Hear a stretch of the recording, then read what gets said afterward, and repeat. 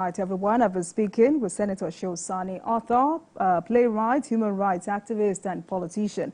And tonight we're focused on banditry in northern Nigeria. Senator, thanks a lot for staying with us on the program.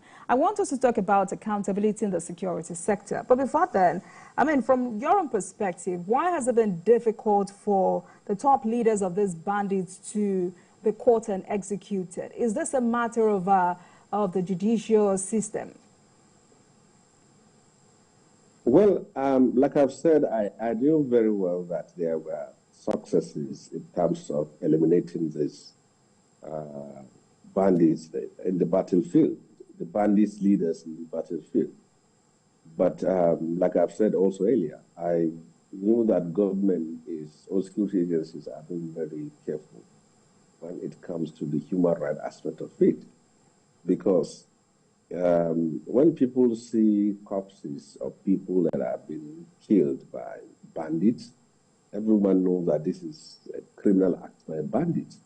But if security agencies will display corpses of people bandits who are killed by operational methods, there will be doubts that will be raised that these are perhaps innocent people and that government security agencies have acted out of without respect for human rights. So I knew that they are operating within this thin line. That is that aspect of it. But in the area of prosecution, I think it is high time that we create perhaps a special court for these terrorists, where they will be bandits, where they can be arraigned and then addressed within that level of judicial exclusivity.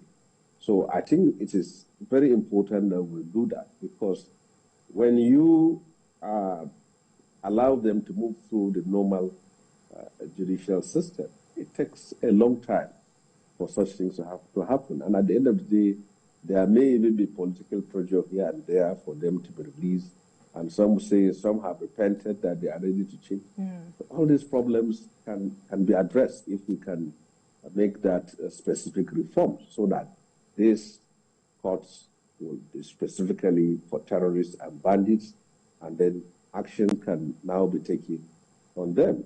And proactively, within our own states, we can also do the most we can. We're conducting this interview in Kaduna State, but I know that in 2015 to 2023, it has not been easy for most people who are living even in the outskirts of the state. Many pensioners who bought lands and built houses outside outskirts of the state now have to sell their house and then move into the center of the city and go to rent. The last time these terrorists attacked a primary school in Kuriga, it takes the wisdom of the governor of the state, Obasani, within 7 to 8 days, there was intervention, and they got them released. This is not something that has been happening in the past. So there are some appreciable record of successes. Criminal gangs carrying out mass kidnappings. As well armed, as well determined they are, we also have to be as more ahead of them in order for us to win this battle. Senator, you know, there are those questioning the level of accountability in the security sector, because in recent years, defense spending in Nigeria has been on the increase. It's now superior to other sectors of the economy. I mean, in the 2024 budget, 12% of the total budget went to defense and security. That's the largest single allocation to any sector. But some have blamed this persistent insecurity on corruption and the lack of accountability from those appointed to execute defense budgets, especially the military. So do you also question this level of accountability in the security sector, especially with how banditry has evolved?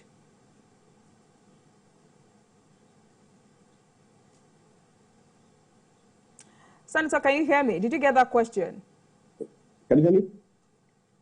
Yes, I can. I get your question. Okay. Can I answer it? Yes, please go ahead. All right.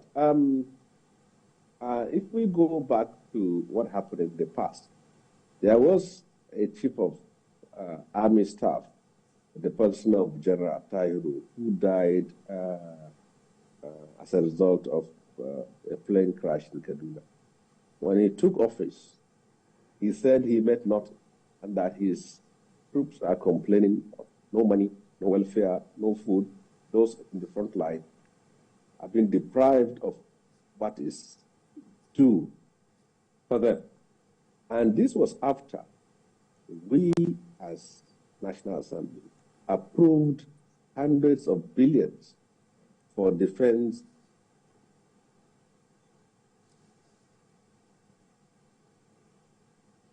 Senator Shosani. Security, particularly the military budgets in Nigeria.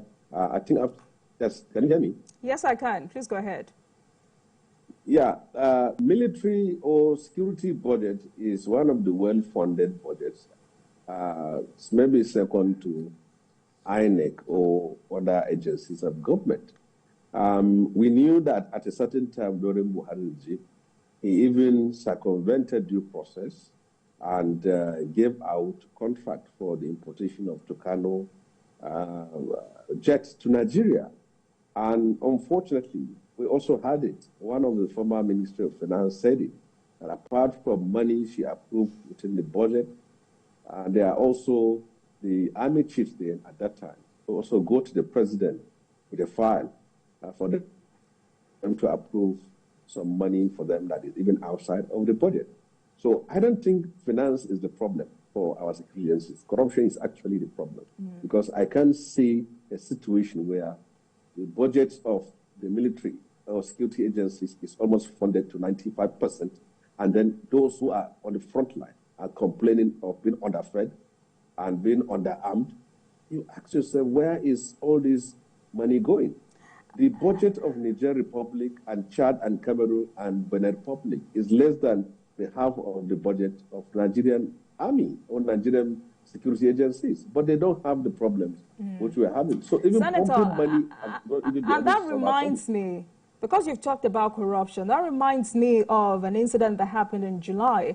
The Senate rejected a prayer by Senator Adams Oshiomhole seeking a probe of the funds allegedly appropriated to the military in the past to fight insurgency and banditry across the country. The Red Chamber kicked against investigation into the purchase of a yacht and establishment of universities allegedly built with funds appropriated for the military in the hometowns of some past service chiefs in order to prevent future occurrences. And I'm definitely sure you heard about that story. Does it bother you that the motion was denied? You see, as a pedestrian or a layman, when you talk of funding the military, I think of the money will be used to pay to buy aircrafts, to buy guns, to buy armored rocket launchers, and all those things. But when money that should go for the purchase of arms and ammunition, and also for the welfare of the military, is now being used to build hotels, to build event centers, to build shopping malls, to build universities, then you see the military has got into business. Nowadays, that is where you see it does all over the country. So Army Event Center, so Army Hotel, Command Hotel, so this shopping mall, Powa, Moa, Owa, Nawa. You see, we can't fight. We need money to be able to buy arms to fight these insurgents. All these Noah, Powa, Moa, shopping malls and event centers is virtually not taking us to anywhere. We need arms to fight these bandits.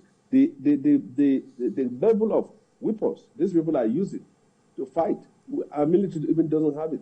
The last time I was driving with my daughter in the front of my car, he saw a policeman with a sellotape. He was asking if sellotape part of the weapons, part of the guns that our own police are using, because they gone without sellotape. So if this is the way we want to fight banditry, I think we have a long way to go. Money that should be used for security and defense should be directed to security and defense and not for other things.